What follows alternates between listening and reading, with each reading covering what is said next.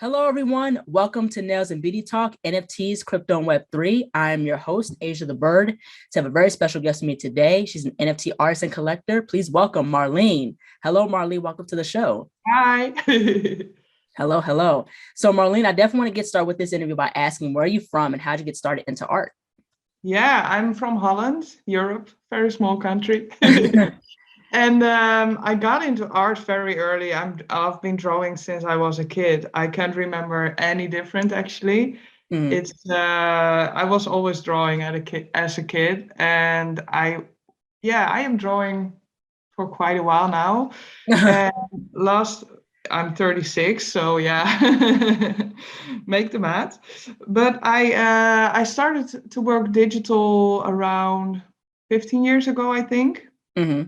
Yeah, when the computers came up and Photoshop and that kind of software, and it gave me also more possibilities to do so. So that's how I started art. I don't know any different actually. Yeah, that's really, really cool. Yeah, Yeah. Adobe is like programs and stuff like that, but also there's like free programs like GIMP, and you have like a Fan Designer, which is like another vector program. So yeah, so it's really cool of how like technology has really like progressed in terms of like digital art. Yes, there are a lot of. I remember even working in Paint Shop Pro Mm, in the zeros. It was really popular back then. And mm, then everybody was like, no, you should use Photoshop. So I switched to Photoshop and then later Adobe Illustrator.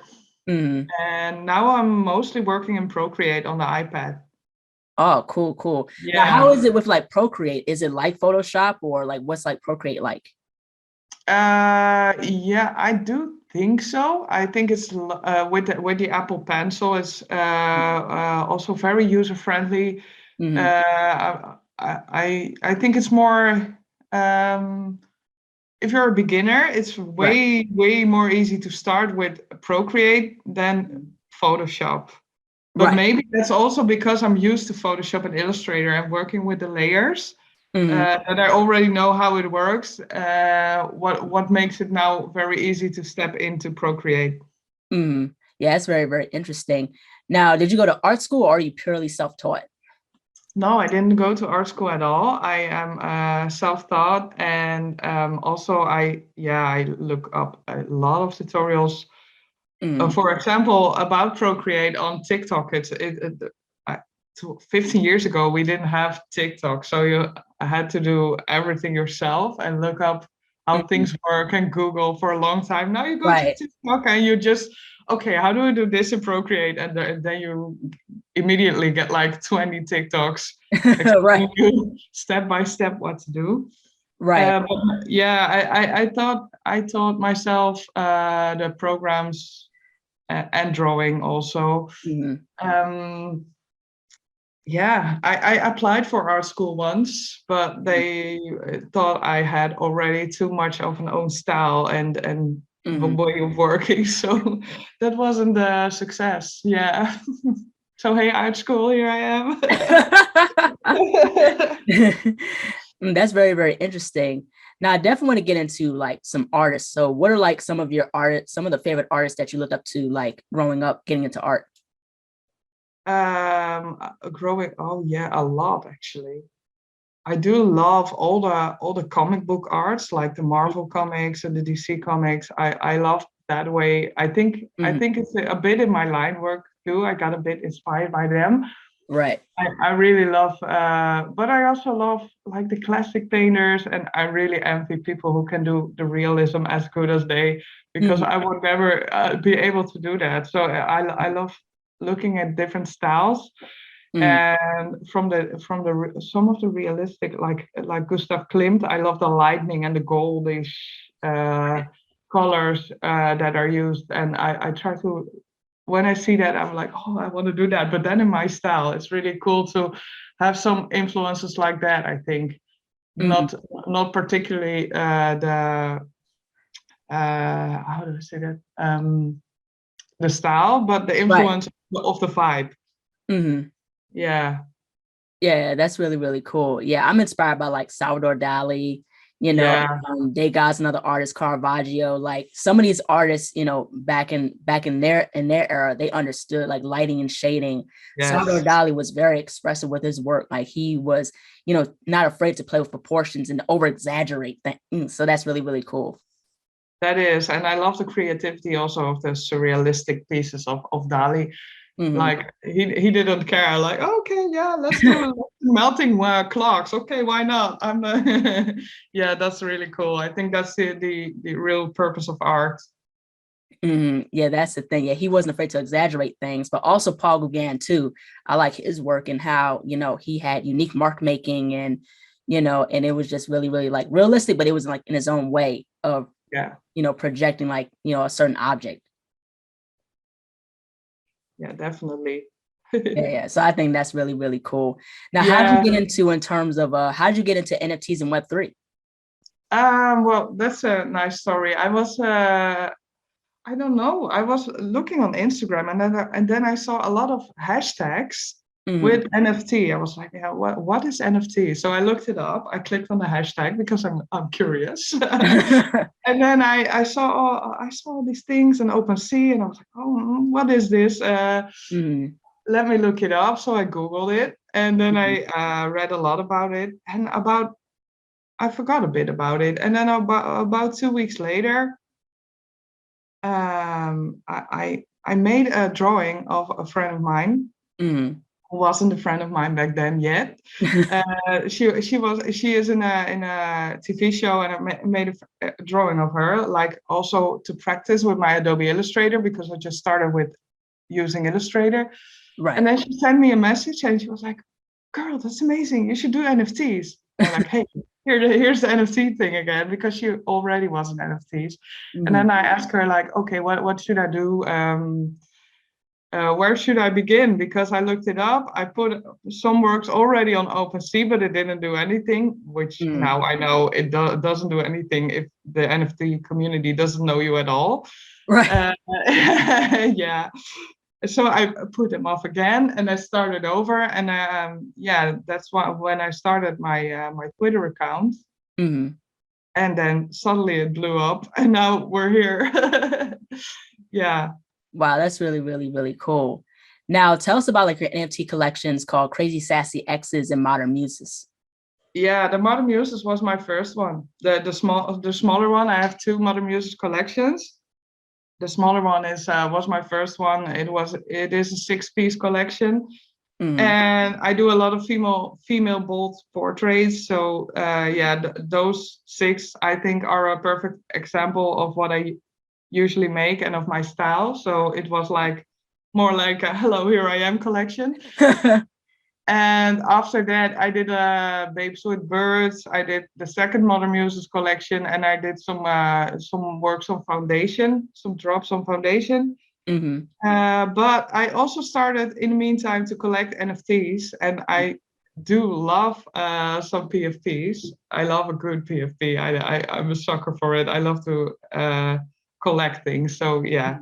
It's perfect. So I was like, yeah, what if I'm going to make my own PFP collection? That would be quite cool. So that's where the idea for Crazy Sassy Exes started.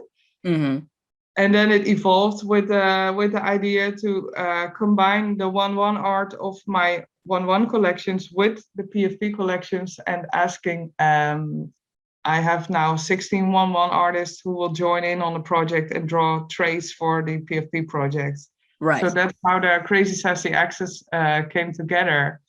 And what I also thought it was important, there are a lot of PFPs, but they're all quite serious or they're badass and just pretty looking women.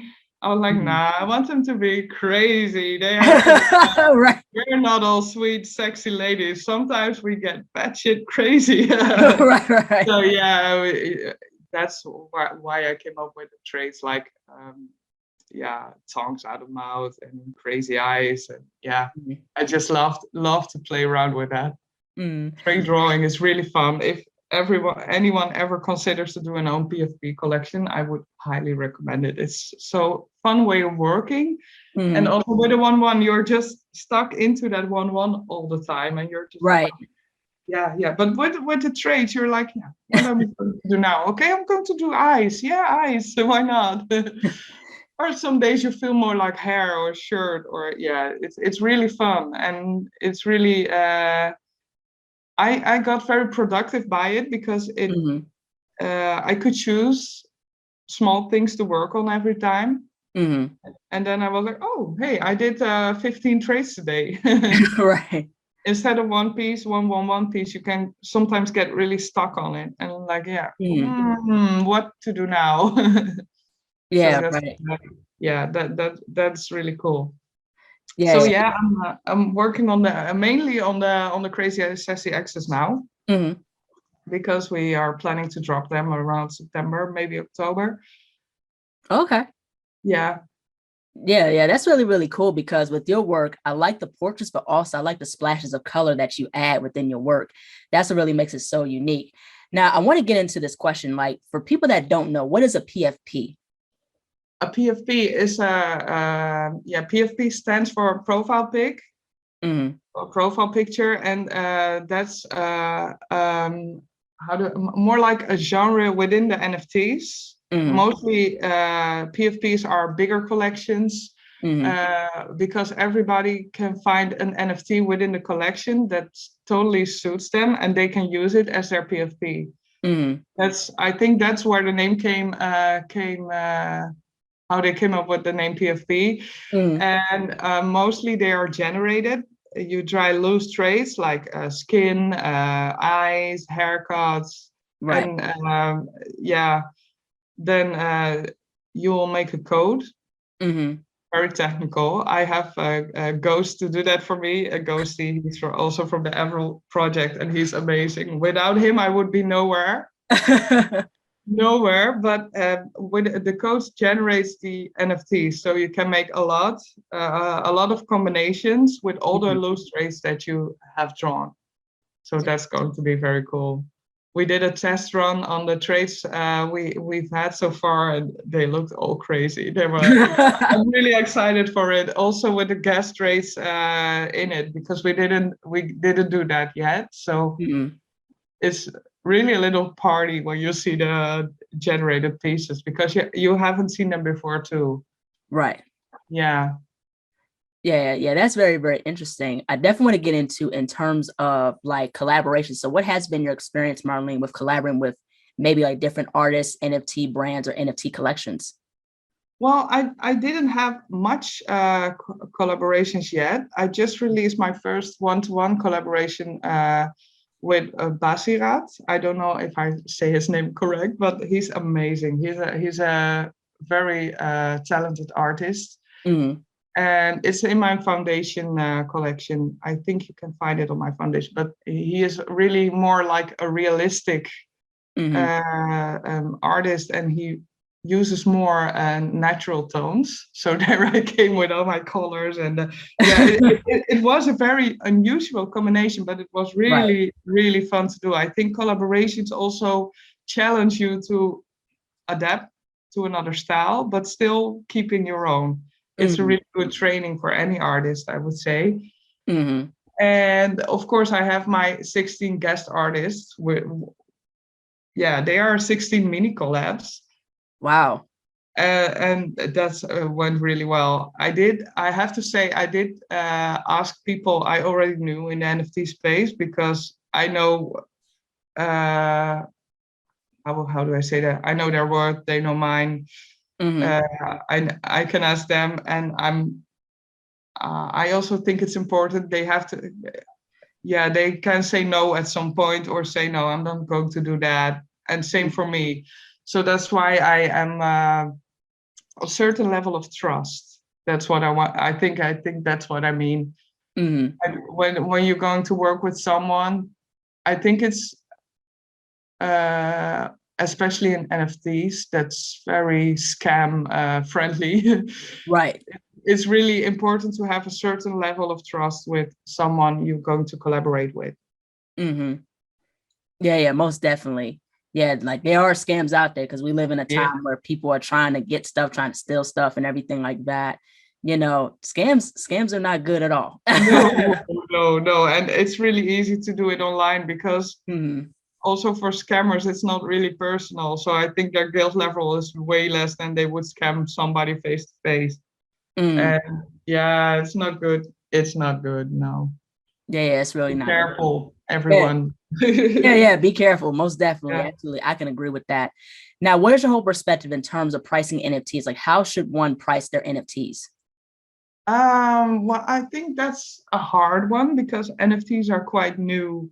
Mm-hmm. And also the value of Ethereum is constantly, Yeah, yeah, up different. and down. It was 3 times high a few months ago, like from the price it is now. So I started out when Ethereum was a bit higher than it is now. Mm-hmm. And for my first works, I kind of did, yeah, just the price I would ask for a commission in general. Right. And then, of course, switched it to Ethereum. But Mm-hmm. I would start with that. And once you're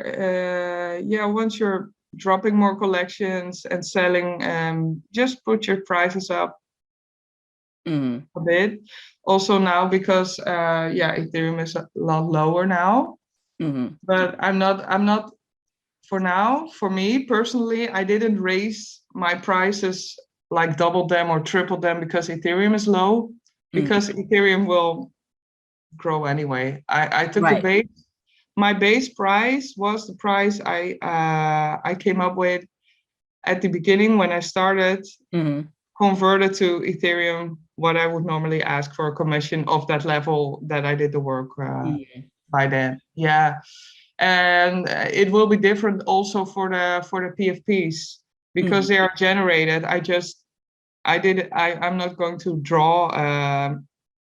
Uh, let me say 3,000 PFPs.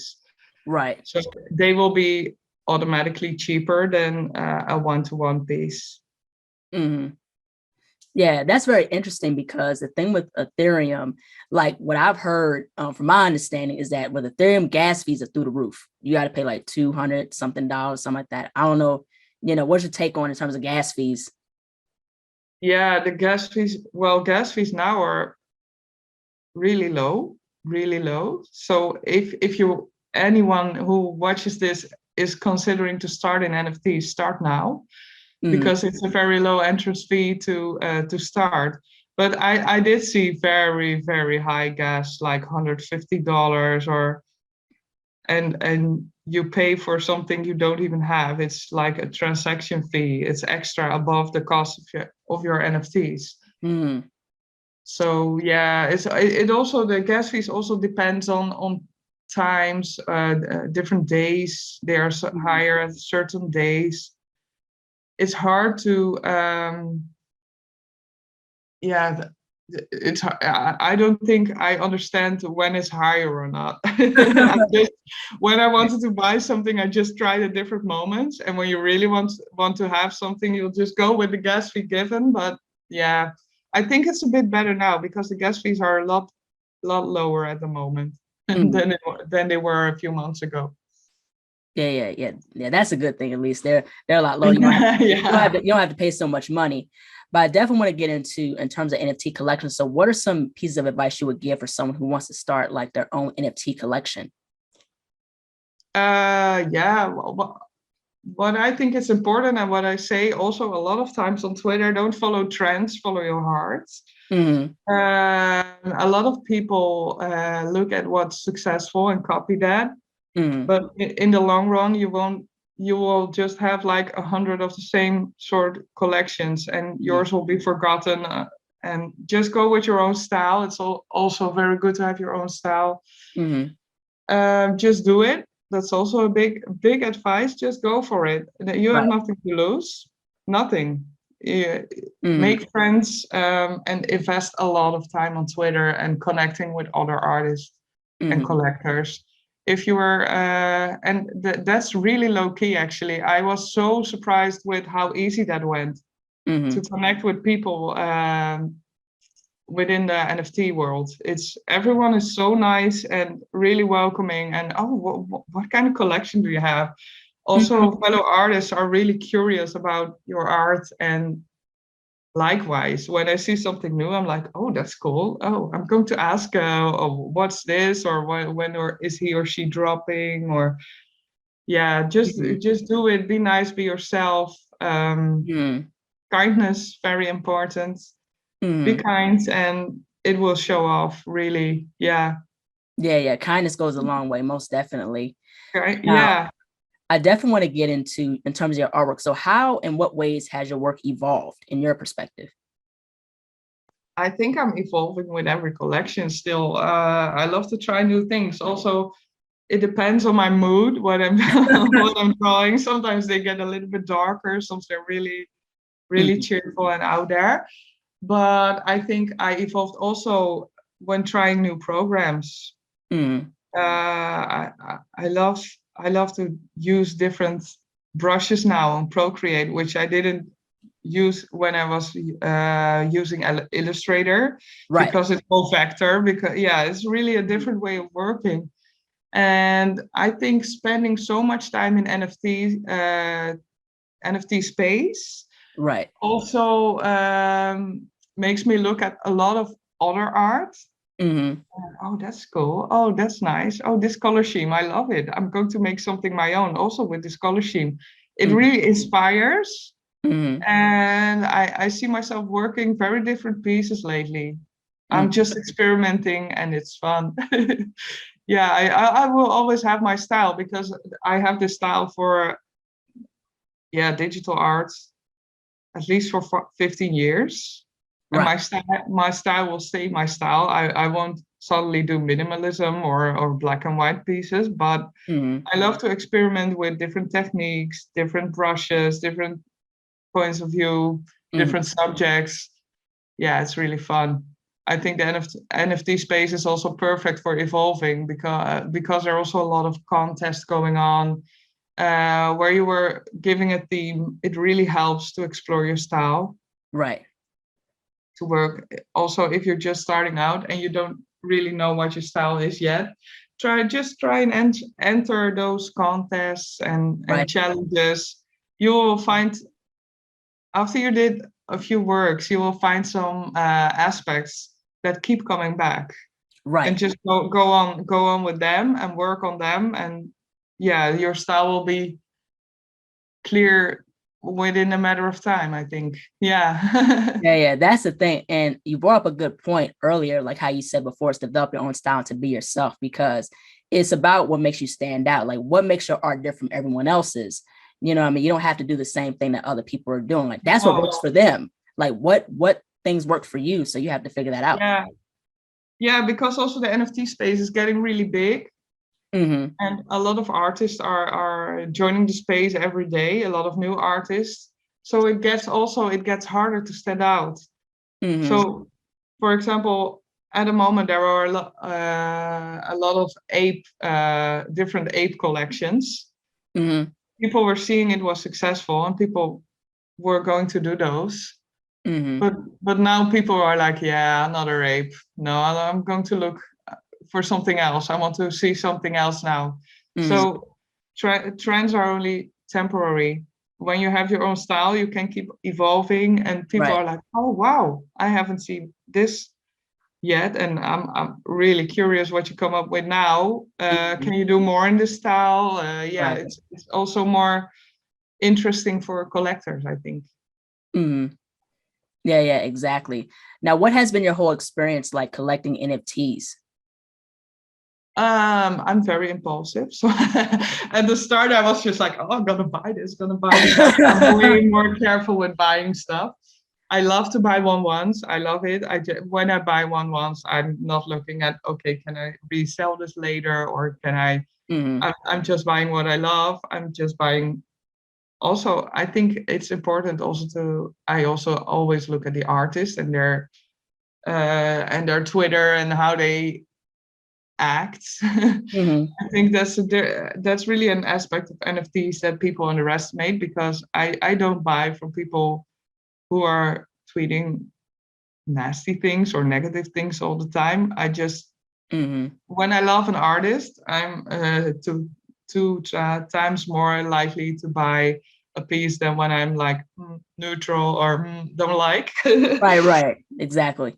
Yeah, and when it comes to PFPs, yeah, of course I buy PFPs, some PFPs to flip them later and make some money out of them, but there aren't. I think the PFP market is a bit quiet now because people are scared to come up with new projects because the market is kind of down. Right. Yeah, I that's why I started my own. I'm like, yeah, let's do this. Let's do this. I want a new PFP project in the house. Yeah, there are a lot of. I love seeing a lot of one-to-one artists are going to work in PFP projects now. Right. That's great. Like Sarana from Aslan Ruby, she did the Meta Angels and the Honey Badgers. She did also. I really love seeing those artists, working at PFP projects because it gives really an extra dimension to the PFPs. Mm-hmm. Yeah, I find that very interesting also because like with some of these NFT collections you see like with Power of Women or like with the Honey Badgers, like they're not making just the artwork, but it is dedicated to different causes. And that's what I like with some NFT collections. That's really that. I love that. I love that. I love Leah too from Power of Women. Her collection are so meaningful and right. Yeah, she's really good at that also. Yeah, I love her works. She's amazing. She was actually one of the first people that welcomed me into the space. And she will always have a special place. I adore her. Yeah, she's really cool. Yeah, she's really great. Yeah, she's really, really cool. Now, what are some things that have stood out to you being in the NFT and Web3 space? What stood out to me, yeah, at first, of course, a very welcoming vibe. Everyone is welcome. There isn't, if you're just treating others with respect, you will get it back. Right. And that's really cool. You can find new online friends within a week. Right. Yeah, I was talking to I'm a lot in the April 15 Discord, and I was talking to them the other day. I'm like, oh, last year this time I didn't even know you all. I can't even imagine that. It's really everyone is really supportive. If you want to like, for example, when I just started Procreate, people will keep sending me tutorials like, oh, this is how you do this or this is how you do that. And that's just really great. And I really do think that NFTs are a new way of art trading. And it will be, I think it will be way bigger in the future even. I think we're just at the beginning. Yeah, right. I could definitely agree with that because there are some celebrities like Chris Brown, Megan Thee Stallion, like certain, celebrities that are getting involved in the NFT Web3 space. Yeah. So a lot of them actually. Yeah. And they keep on coming more. Yeah, I think Eva Longoria, Reese Witherspoon also, they have even their Twitter PFPs from projects they bought. And yeah, I think it will grow only bigger and bigger. Yeah, I definitely believe so too. Now, would you consider yourself to be at the pro level in terms of understanding like NFTs in the Web3 space? No, not at all. No, no. Like I said, with the technical stuff, I'm like, oh, help me out. I have Alex Ghosty, and he does that for me, and he's amazing. But I don't know a lot of those things. No, so I'm really at the beginning. There's so much to learn about it. Right. And I'm only at the art side and the Twitter side, and I'm like, okay, I'm having the hang of this now a bit, but crypto and NFTs, they are so I'm still a baby. I have to learn a lot.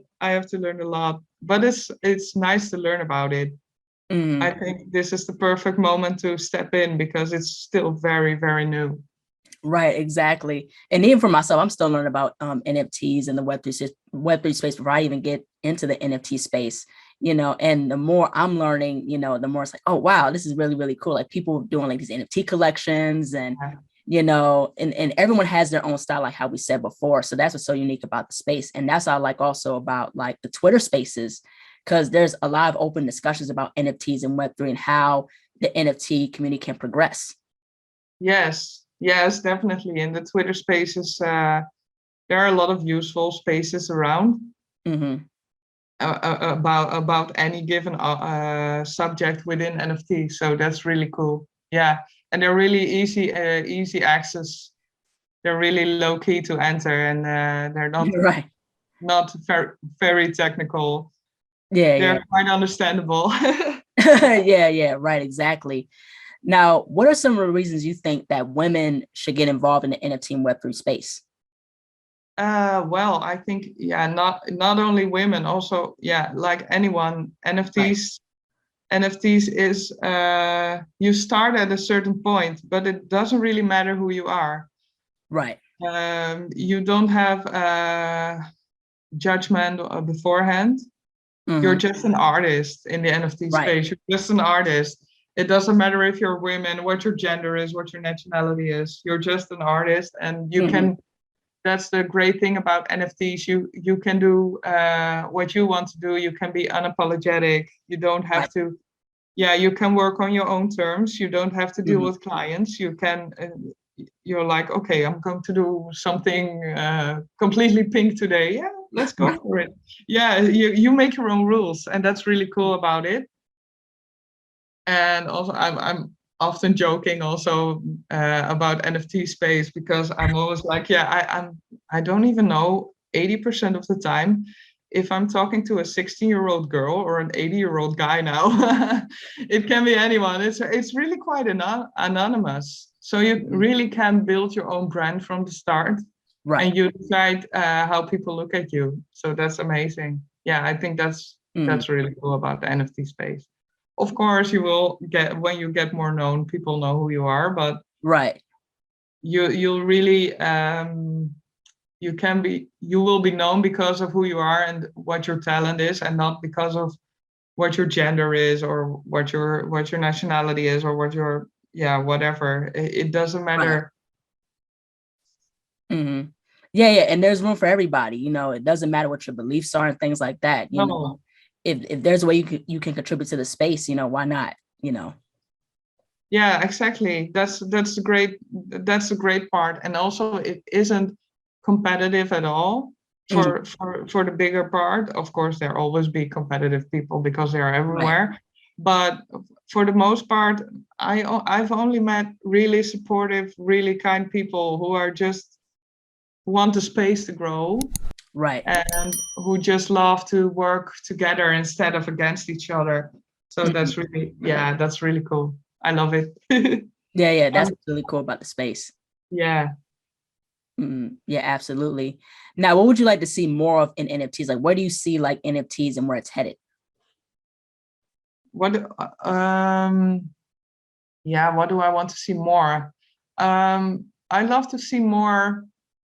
It's still a bit trend sensitive, the NFTs. Also, what I said earlier about PFPs, it's just the gorgeous girls, and we need some curvy ladies, and we need some more inclusive. I think more inclusive NFTs. That's really important. Also, but I'm also thinking we're only just at the beginning. So there will be people who pick that up and make a collection of that, and I think it will be very big. Right. Yeah, I agree with that too, because when I first learned about NFTs like a few months ago, I was like, am I too late to learn about this? Like, I see people, with all these popular NFT collections. I'm like, am I too late? But the thing is, like how you said before, it's pretty new. So it's never too late to jump into the space at any point in time. No, and I joined in November, and I was like, oh, I'm too late. Everybody has an ape now. I'm too late. but it's still, I think it's still really early. Yeah. And the market will fall and rise and fall and rise, and you really have to get used to that, because every time Ethereum drops, you have to be able to handle that. But I think it will be fine. And I think NFTs is really Hmm. like with Bitcoin and Ethereum, when people started to buy that, everyone was like, yeah, it's a scam and Right. don't do it. And I think we're at that point now with NFTs, Hmm. because I also hear a lot of people say, yeah, but isn't it a scam, or what is it? Right. And once it will get more known and more known to the bigger public, I think it will blow up. It really will blow up. Yeah, yeah. That hasn't even started yet, I think. Yeah, yeah. I definitely believe it'll blow up as well because the thing is also too like, the metaverse, like you look at Sandbox and the Central Land, like people are making like Yeah. NFTs like in terms of like assets, like different things you can get for your avatar and things like that. But I definitely want to get into the metaverse. So what is like your perspective possibly of the metaverse? Yeah, that's a hard question, because I'll have to research it more, but the metaverse I think is endless. Hmm. When I can see what people, they have parties in the metaverse, they have Right. I was like, okay, yeah, we had a party in the metaverse and Paris Hilton attended, and I'm like, what? Right, right, That's really still also for me a big world that I don't even know a lot of yet. right. And if I don't, the big audience doesn't also. So that's why I think it's still very very early. Hmm. But the metaverse is so big and so endless, and it Hmm. will. I think 50 years from now we will say we didn't know about the metaverse back then. What like now you can't imagine life without your TV or your computer. I think that something like that will happen to the metaverse. Hmm. Yeah, yeah, yeah. That's very, very interesting. And especially like, we're getting slowly towards like with AI and, like there's this like AI thing called Dolly 2 where it can take like two pictures you get from Google and just make like a whole drawing. And it's very interesting, like, hopefully as long as AI is used as a positive thing, we ain't got much to worry about. But I mean, AI is like doing like self-driving cars and stuff like that. So, Yeah. kind of a little bit towards that with the AI thing. Yeah, don't watch too much Black Mirror also. Yeah, yeah, right. Yeah, yeah, that's the thing with that. But I want to definitely get into in terms of with your artwork and also within your NFT collections. What do you want the takeaways to be when someone buys like your NFT collection or your one-of-one NFTs? Well, of course, I hope it cheers them up, Right. because art always does that to me. Sometimes I go through my own collection and I'm like, oh, I love that piece. And I exactly remember when I bought it. I really hope my collectors will have the same too. Mm-hmm. I also, of course, as an NFT artist, you want to add some value at your works.